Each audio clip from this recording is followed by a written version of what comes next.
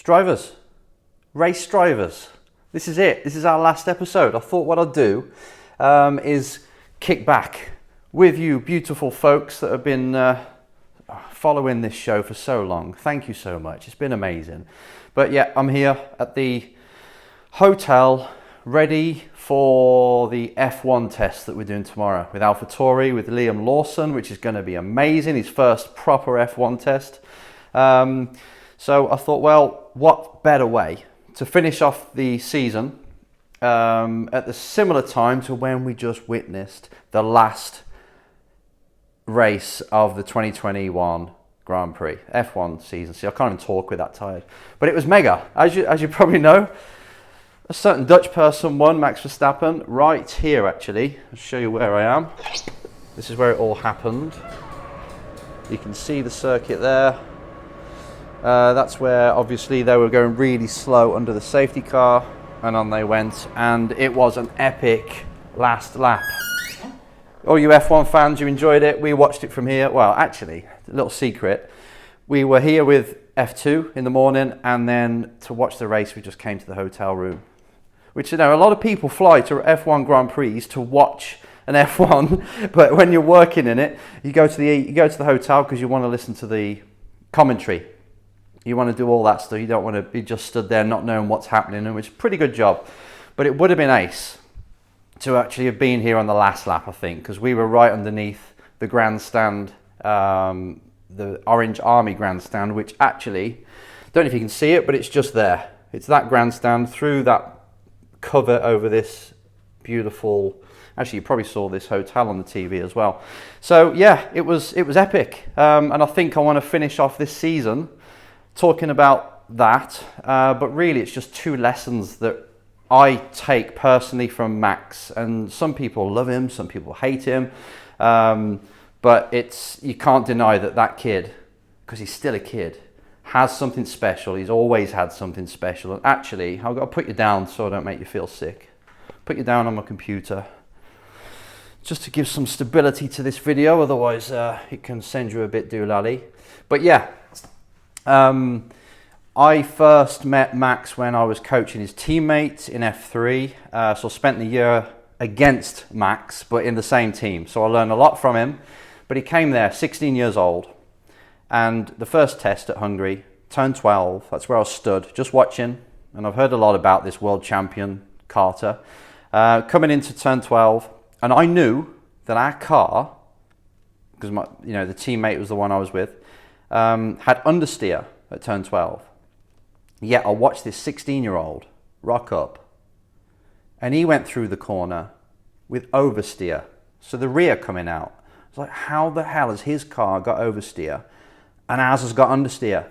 And then I watched him again. I was like, the cheeky git, he's doing it on the brakes. It's the way he's using the pedals to balance the car how he wants it. He's also using the apex curb to kick the rear out so the car's straighter for the exit. I was like, that's doing something like that when you're 33 is quite amazing. Doing something like that when you're 16 in one of your first F3 tests, mind-blowing. And from that moment, I was like, you know what? This year, we're screwed. And when he got signed, and straight away when I saw him in the wet as well, how he destroyed everybody in the wet. You know, Ocon was there, a lot of people on that grid in F3 that year, and he destroyed everyone. And as soon as he started to, the hysteria came around him, and he started to talk to F1 teams, and there was talk of him going straight to F1. Most of the world were like, this is crazy. He's too young. He's not experienced enough. But I knew for a fact, and I couldn't wait. It's like having a secret, and you can't tell anyone. And I was like, guys, you wait till you see what he's like in F1. He's going to smash everyone. At that age, I was thinking that. And it wasn't just me because I've got this eye for talent. It was obvious. And I thought, I can't wait for these people to see him in the wet because he'll kill everyone as well. Even more so it doesn't matter about the car. And he did in Brazil. You remember at Sao Paulo how good he was there in the first part of his career. So it's the surprising thing for me is how drivers, you can tell, and I've said it before, you can tell by the handshake if they're going to be a champion or not, which is kind of an exaggeration. But what you can tell is if they've got it or not.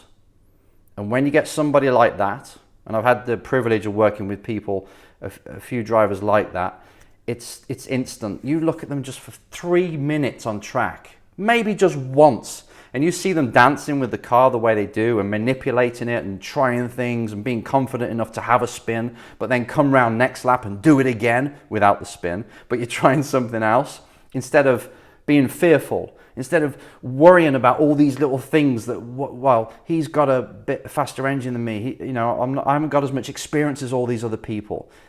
Fast drivers don't care about that. They get in the car and they drive.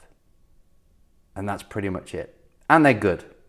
So a lot of race drivers here that watch these videos, you haven't even raced yet you're telling me that you've got the talent to go to F1. One of the lessons from this weekend for you beautiful people is, I want you to prove it. If you're trying to sell yourself to a race team, to me, to anybody, to your parents, and you're saying you've got what it takes but you've never raced, I want you now to commit to getting in a race seat in 2022, no matter what. And don't be fancy. If you haven't got the money, don't be fancy. Don't say I'm going to do F4, which costs €250,000 to do in the first place. You do anything. Race a VW Golf. Race one of the BMWs. Race a Ginetta. Race something. Formula Ford, Formula V. Something you can afford. Anything. Absolutely anything, even if it's hill climb, karting, rental kart championship. Now anybody can afford a rental kart championship. It's like 500 for the year. I want you to race and prove, because the longer you hold this off, the longer you just keep saying you're going to do it and you've got the heart and the passion to go and chase your dream, that's great, but it wears thin.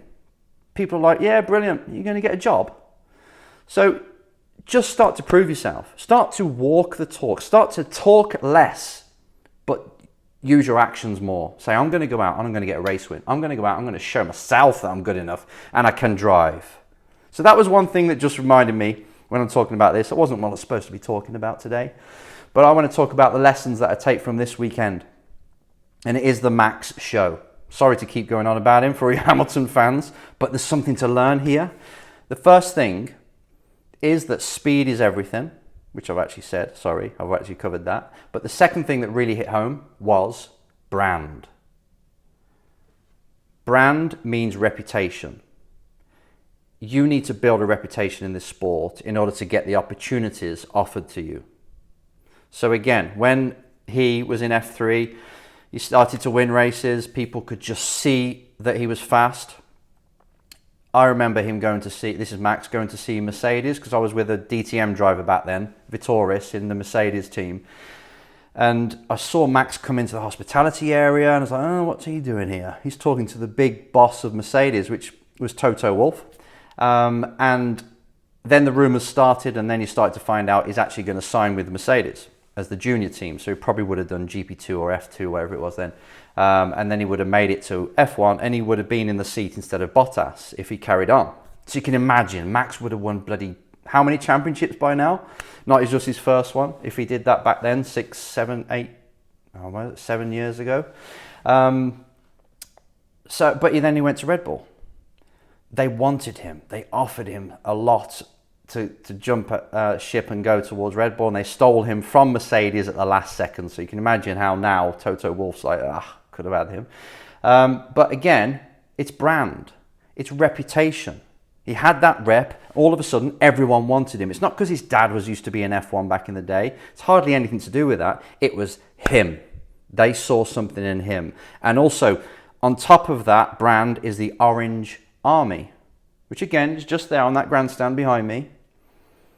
They were going bananas. Check out my live stream or just the video, the short that I put up yesterday of how mad they were. They were there all day singing right above our garage. Max, Super Max song is stuck in my head all the time. But thousands of them, like 3,500 people, all wearing orange with the flags. And I was like, you know what? That is brand. That's power. If you've got people power like that, and I'm not talking about the merchandise money he's earning, it's just sort of like creating this hysteria around somebody. So now you're becoming bigger than the sport. And you see it in other sports with Conor McGregor, again, controversial. Some people love him, some people hate him. Conor McGregor, kind of bigger than UFC. You don't really watch UFC unless he's fighting, that kind of thing, right? Muhammad Ali in boxing, Usain Bolt, 100-meter sprint. Having that person there as the brand is really important. And it's something, again, that you can do. Yes, I want you to have speed. I want you to find out how you can prove that you've got it so you get the brand. I want you to find out how you can improve your driving skills using simulators, karting, driver coaching at a race school, a race school using instructors there. Anything you can do to refine your driving, you must do. These are basics. But to get to the top, it's all about basics. You don't have to reinvent the wheel. You don't have to say, right, I've got to come up with another strategy, a different career path. Don't worry about career. Yeah, it is live, mate. Don't worry about career path. If you've got the speed and you've got the gob, you've got people knowing about you, you're going to make it. And that's the same in anything, not just in racing. It's like, right, if I'm a company, I need a good product and I need good marketing. You tell me what else there is. Forget customer service. Forget, is it the fastest delivery in the world? Nothing. No. You need the brand, you need the product and you need the reputation, the marketing, getting it out and people talking about you. So, bringing it back to your world now, how can you improve speed and brand, skill, and your rep in the sport? You're not going to get it by shouting on the phone saying you're better than everyone if you haven't proven it. So I want you to get on track no matter what it is. Less of this, less talking, less I'm going to get to F1. Less I'm doing this, I want to do that, I've got big dreams, I deserve it. Let's just put that to the side for a moment and just say, right, day one, how the hell am I going to get on track? Or if you're already racing, how the hell am I going to win next year in 2022? I've got to make an impact. If I can't win the championship, I want everybody saying that I'm the fastest driver and I should have won. Just like Mansell used to be, you know. He only won one championship, but you knew for years that dude should win. In 1986, I think it was, his tyre blew out when he should have won. He was just bringing it home. Max Verstappen, again, fast driver. Who knows if he's quicker than Hamilton? We need to get them in the same car to find out, which will never happen. But still, if he doesn't win, you're like, he should have won, or at least he should be up there all the time. You just know you've got to have that air, that reputation around you and people talking about you. So when you pick up the phone and call a team and ask them for a drive or call up a sponsor because you've done all this stuff, it's easier for them to say yes. You'll get the call. If you prove you're fast and everyone knows about you, there's nothing else to this. So over winter, because this is the last episode now of the Race Driver Coach Show. I might come back next year. It depends if you want me back. So, but for now, it's the last one. How over winter can you improve your speed and improve your reputation in the sport?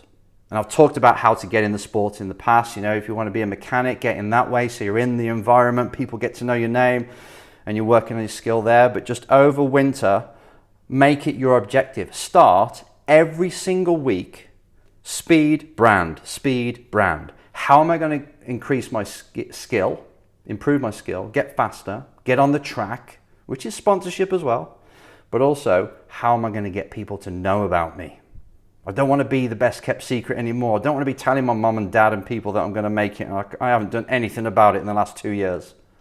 No more. 2022, if COVID allows, has to be your year. Less chat, more doing. Now, people, please tell me, have you got any questions at all before we sign off? You can see that I've got loads of questions emailed to me. A lot of them were about fitness, a lot of them were about sponsorship, but going into sponsorship, I would say in this new world, how are you going to match and compete against people like Facebook, who advertise companies at a pinch of a cost, and they get everybody, they advertise every company that they want. Sorry, I'm just reading some of the comments and some of the emails that are coming in. But How are you going to compete? How are you going to allow companies to grow through your sport or through a sport? Answer this question as well, please. You've got to get on the grid. There's no two ways about it. Right, how do I start, to be honest? If you're an introvert, mate, I'm an introvert. Can you believe this? I'm a dude who couldn't even talk in front of the class. I'm the dude who was, when it was reading time in the class, please don't choose me, teacher. Please don't choose me. And I'm doing bloody videos left, right, and centre. I'm talking to crowds before COVID, talking to audiences about how to improve their life and their performance. If you're an introvert, you have to create this person that is going to go and get your dream. You have to build them, is what Goggins says. I want you to start to fill your head full of David Goggins, an absolute madman. Research him now if you don't know, David Goggins, and just put David Goggins motivation, bang, in YouTube. Wake up to that every day. He's an introvert. It's amazing, actually, the people. Max Verstappen is an introvert. Again, going back to F3, when he was in our team, he would always go out the back door if he knew there was a press guy out the front. If there was press or media or people wanting photos out the front of the awning, he would go out the back. He hated it. He's an introvert. This introvert is really somebody who isn't out there naturally. It doesn't come naturally, but they just force themselves to do it. And you can imagine how many interviews he has to do. He has to go to these photo shoots. He has to sell himself as well. His dad helps him do that, obviously, but still he has to be out there talking to business people and teams and selling himself. But he prefers to do it while the lid is on, the helmet's on, and he's in the car. So if you're an introvert, that's no excuse. It's nothing to do with you putting in the action to get the dream that you want. Or you can hide behind this introvert identity, say, that's me. I can't go for it because I don't feel very confident. And I'm going to go through life as that as my shield. You're going to end up very unhappy. You'll get to the end. You'll look at your younger self. You say, dickhead. Why the hell didn't you act? You were young. You had everything going for you. Now I'm old. I'm 99. I can't do shit. I'm just in this old people's home. What the hell? If I could only do it all again. And think about that, because regret is powerful. It will get you off your ass now. Say, yeah, okay, I'm a bit introverted, but you know what? I've got to go and sell something to this company now. I've got something in sport that I know can help them sell products or get more customers. And all I've got to do is communicate it to them just to see if they're interested or to see if it fits. I'm not even selling it. I'm going to them and I'm going to say, right, you sell that bottled water. You know what? There's like 20,000 people at race meetings. I think these people would love your water. How about it? You make it a bit glossier than that, but that's all you're asking. You're just seeing if it fits. If they want to have people having their water around race circuits. So this introverted thing, mate, it's no excuse. You have to, again, build the person who is going to go out there and do it. Right, someone just said Max or Lewis. I think that means you're asking me who I prefer and who I think's best. It's impossible to say who's best because Max is going to be better at certain things than Lewis, and vice versa. Lewis is more stable. Max is absolutely on the edge, but I believe he is hungrier now at that age. You know, you've got energy. Believe me, Lewis is hungry, of course, but when you're fighting as the underdog, that underdog power, there's something there. And it makes you go further. It makes you see how he overtook him, right? Last lap. When Max is fighting you, it's really hard to defend against. It's basically you say, I'm going to let you in or we're going to crash. Because the way he does it, if you watch it, he points the car in or he's actually on the inside, one of the two, but he's going for that apex no matter what. And he'll go in with overspeed. So you'll be on the outside, turning this way, right? You'll be on the outside, he'll dive to the inside, and he won't slow it down, because he goes in that fast, he brakes that late. He won't slow it down until he gets to the edge of the track, all right? You can undercut him if you really brake early, but it's difficult to, because he can just pause and hold you there and pin you to the right. Or if you're on the outside when he does it, it forces you off. So to fight against someone who just throws the car in is very difficult. You always end up in a crash. or you let him have it and you think, right, I'll DRS or I'll get you on the exit, which is what Hamilton tried to do, but obviously he had no tyres to do it.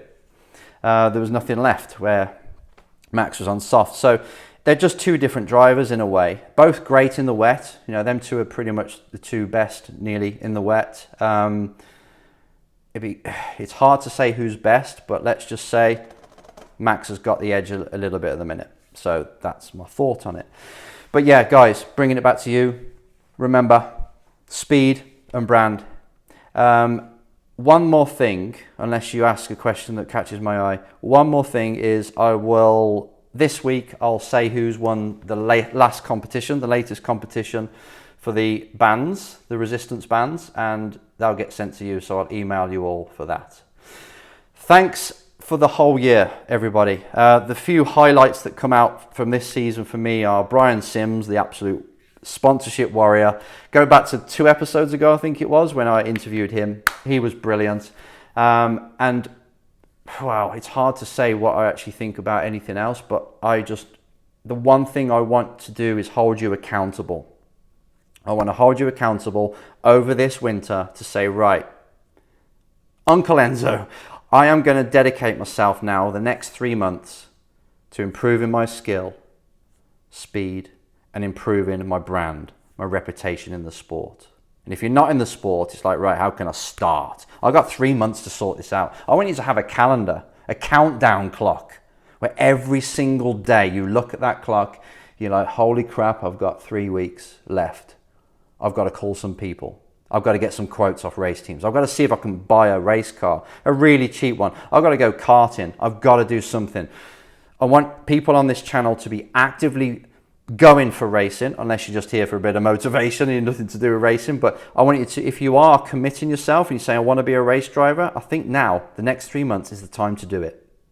And if COVID shuts us all down again, then you've got to be the esport champion. Whichever way it is, improve over this winter, please. And that's it. Right.